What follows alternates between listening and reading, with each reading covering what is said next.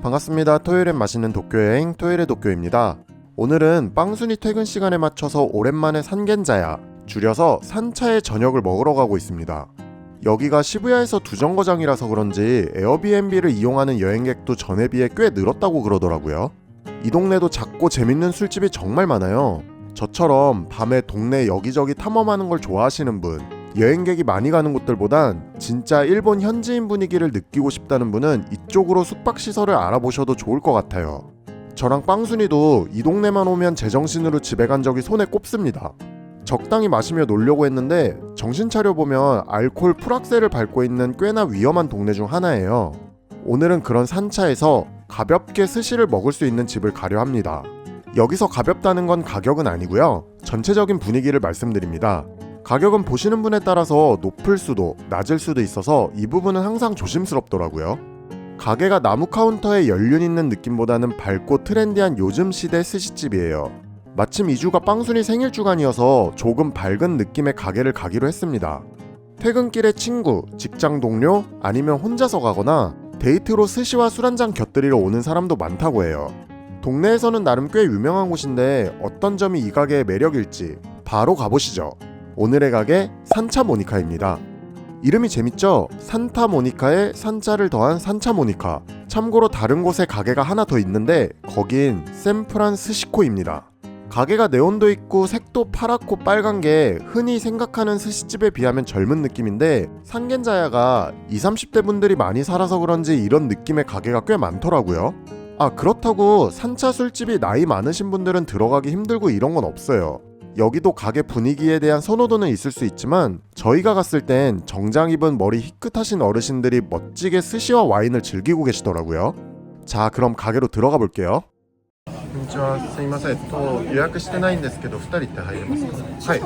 はい。 참고로 이번 주는 예약 없이 즉흥적으로 가게를 방문했습니다. 믿져야 본전이라는 생각으로 방문했는데 마침 예약 자리 빼고 두 테이블이 딱 비었다고 그러더라고요. 가게는 이런 분위기입니다. 홀스텝은 하라주쿠의 버거나 타코 가게에서 볼 수 있을 것 같은 패셔너블한 분들이 있었고요. 음악도 저작권 때문에 못 씻지만 요런 펑키하면서 칠한 노래가 나와서 분위기도 좋았습니다. 아까 말씀드린 흰머리 정장 할아버지들이 음악에 맞춰 머리 살짝 까딱까딱 하다가 스시 하나 집어먹고 와인 한 모금하고 이러는데 뭔가 재밌더라고요. 스시집 가면 주로 나무로 되어 있는 카운터가 깔끔한 대리석으로 되어 있었고요. 물론 저기에 직접 스시를 올리진 않고 나무로 된 접시에 따로 올려서 나왔습니다.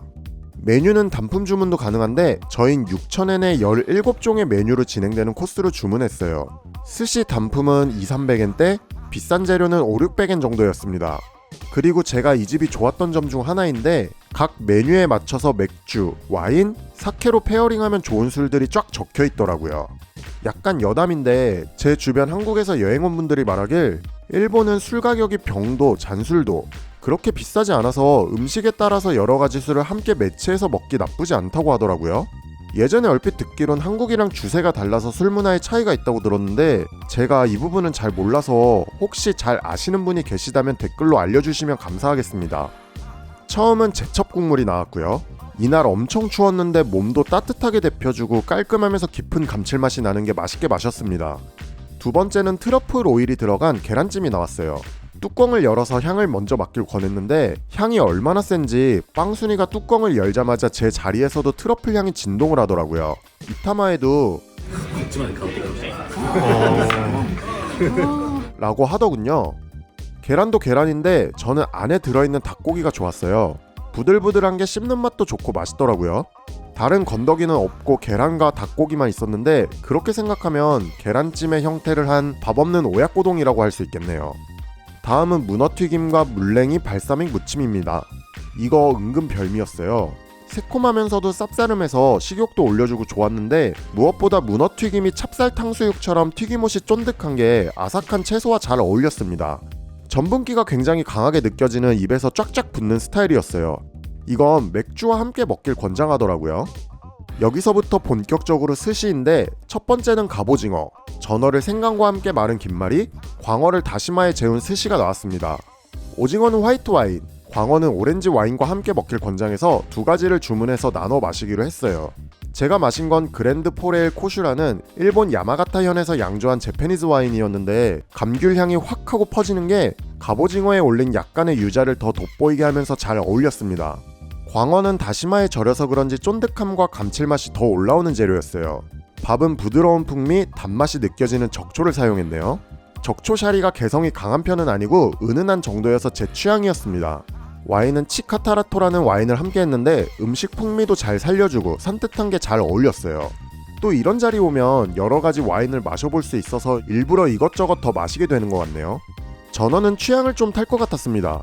저는 밥 위에 전어만 올린 걸 좋아하는데 김, 절인 생강과 함께 먹다 보니 전어가 조금 밀리는 감이 없진 않았습니다. 다음은 은대구구이가 나왔네요. 적혀있는 순서로는 새우가 먼저였는데 코스 순서를 바꿔서 내도 되냐고 물어봐서 괜찮다고 했습니다. 생선구이는 소금 팔아서 양념구이는 선호하지 않는데 사이쿄야끼, 일본 백된장에 재운 다음 구운 이 메뉴는 가끔씩 먹으면 맛있더라고요. 구웠다기보다는 찐듯한 느낌이었어요. 수분기도 가득 머금고 포슬포슬한 게 술안주로 괜찮았습니다. 개인적으로는 구웠을 때 껍질 부분의 바삭한 식감을 굉장히 좋아하는데 그런 건 없어서 조금 아쉬웠어요. 다음 술은 사케를 주문했습니다. 기후현의 샤크주로라는 사케였는데 상쾌하면서 샤프한 맛이 인상적인 술이었어요. 솔직히 음식 하나에 술 하나씩 페어링은 웬만한 주당이 아니면 어려울 것 같아요. 음식 3가지를 한 세트 느낌으로 구성해서 여기서부터는 음식 구간별로 적당히 어울릴 법한 술을 주문했습니다. 다음은 계절 스시인 반딧불 오징어와 모란새우, 그리고 새우 대가리를 튀긴 새우깡입니다. 모란새우는 사이즈도 크고 맛도 좋아서 항상 먹고 나면 만족도가 높은 재료예요. 달콤한 새우 맛도 좋고 탱탱한 게 신선함이 잘 느껴져서 맛있게 먹었습니다. 새우 대가리 튀김, 대가리라는 말이 참 익숙치 않은데요. 이건 머리 껍질은 딱딱해서 못 먹고 밑에만 먹는 음식이었어요. 고소하면서 바삭한 게 맛이 없을 수가 없는 음식이죠. 그럴 일은 없지만 가끔씩 쌓아놓고 먹는 상상을 하곤 합니다. 느끼함을 깔끔하게 날려줄 사케와의 궁합도 좋았어요. 반딧불 오징어는 씹었을 때 흘러나오는 오징어 육즙 같은 게 참 중독적입니다.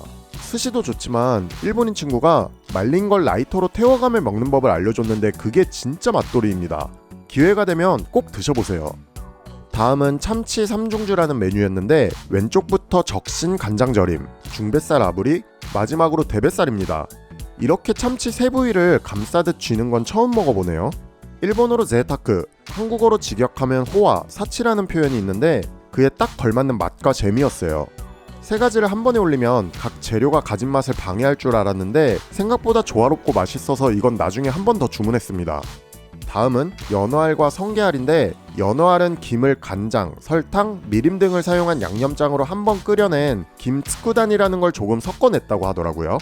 음식의 맛도 맛있었지만 보통 연어알 하면 군 한 마리를 많이 하는데 이런 식으로 새롭게 풀어낸 점이 굉장히 재밌었어요. 김 향이 세지 않고 은은한 게 괜찮더라고요. 그리고 페어링으로 라즈베리 향이 느껴지는 레드와인과 함께하길 권하는 점도 재밌었습니다. 한 가지 아쉬운 점은 그릇이... 성게알도 비린내도 없고 좋았습니다. 그리고 영상엔 없지만 성게알은 제첩간장을 조금 뿌려 먹길 권장했는데 여러분 제첩간장 하나 꼭 사세요. 그냥 감칠맛의 엑기스입니다. 칼디 같은 데서 판다고 하더라고요. 다음은 장어가 나오고요. 장어는 크게 맛있다는 인상보단 무난무난했던 기억이 나네요. 초밥은 긁어낸 참치살을 단무지와 함께 말아먹는 테마키가 끝이었습니다. 특이하게도 끝에 육류인 겨자를 올린 돼지고기 카쿠니가 나오더라고요. 생선만 먹다 보면 물리니까 육류를 낸 건지 의도는 모르겠지만 이것도 맛있게 먹었어요. 이제 코스 끝인 미소시루와 디저트가 남았는데요. 여기서 다른 음식을 별도로 더 주문해서 먹을 건지 물어서 생강마리로 먹어서 조금 아쉬웠던 전어, 지느러미 부위인 엔가와 한 번 더 먹고 싶었던 참치 3중주, 항상 마무리 스시로 먹는 상쾌함이 장점인 쌍눈파를 주문했습니다. 음식을 먹으면서 가게에 대한 이야기를 조금 더 보태면 처음에 말씀드린 대로 캐주얼한 분위기의 가게이다 보니 사람들 대화 소리로 시끌시끌해요. 그렇다고 고성방가 뭐 이런 수준은 아닌데 나는 조용한 분위기에서 스시를 먹고 싶다는 분에게는 고려사항이 될 것 같습니다. 음식을 저희처럼 코스로 먹기보다는 단품 주문으로 술안주 겸 스시를 즐기는 사람들이 많은 게 눈에 띄었고요. 저는 개인적으로 코스 가격이나 스시 맛도 좋았지만 음식도 그에 맞춰 즐기는 술도 이곳만의 재미가 있어서 즐겁게 잘 먹었습니다.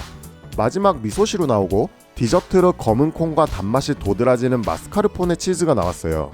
여기서 저희가 오지게 먹고 마셨는지 이타마에 분이 이 와인이랑 디저트를 함께 먹어보라며 달콤함이 돋보이는 남아프리카의 와인 한 잔씩을 서비스로 주셨습니다. 보통 서비스 나오면 이제 많이 먹었다는 뜻인데 일본은 진짜 서비스 안 주잖아. 시계를 보니 어느덧 2시간을 넘게 먹고 마시고 했더라고요. 이 두 가지 조합은 꼭 드셔보셨으면 좋겠습니다. 달콤함과 달콤함의 조합인데 와인에서 라이치 향이 나면서 마스카르포네랑 무지 잘 어울렸어요. 집에서 이 와인에 간단한 술안주를 곁들이고 싶은 분이라면 꼭 만들어 보시길 추천드립니다. 자, 이렇게 식사를 마무리하며 오늘도 맛있게 잘 먹었습니다. 이번 주는 가게 분위기도 즐겁고 맛 평가도 괜찮은 캐주얼 스시집을 방문해 보았습니다. 상겐자야로 여행을 오시는 분들, 이 근처에 숙박을 하시는 분들은 발길을 옮겨보아도 좋을 곳이라는 생각이 드네요. 자, 그럼 저는 하루 종일 축구 이야기로 떠들 수 있는 동네 펍에 들려서 맥주 한 잔 더 하고 들어가 보겠습니다. 소소한 영상 봐주셔서 감사합니다. 재밌게 보셨다면 구독, 좋아요, 알림 설정 부탁드리고요. 인스타그램 세러데이 도쿄에서도 못다한 이야기나 일상 이야기들을 올리고 있으니 팔로우 부탁드려요. 그럼 저는 다음에도 맛있는 도쿄 여행으로 찾아뵙겠습니다. 모두 뿅!